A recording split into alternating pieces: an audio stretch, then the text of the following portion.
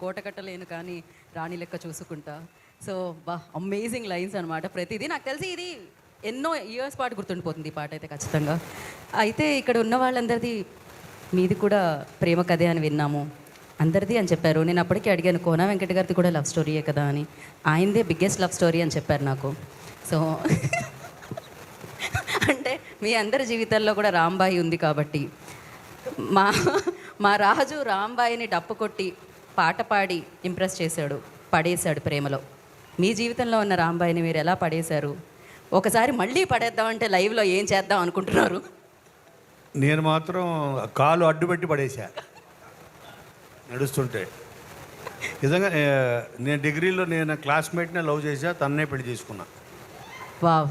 So అప్పుడు నాకు తను రాంబాయ్ కాదు కానీ మా లైఫ్లో దావుద్ బాయ్ వచ్చాడు. సో ఆ దావుద్ బాయే మా మామగారు.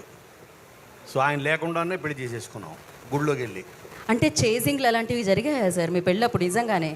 జరిగాయి, చాలా జరిగాయి. అది కూడా ఇక్కడే జరిగాయి. కామారెడ్డి నుంచి తీసుకెళ్ళి లేపుకెళ్ళి పెళ్లి చేసుకున్నా. వామ్మో, మామూలు యాక్షన్ లవ్ స్టోరీ కాదు ఇదైతే. క్రేజీ అసలు.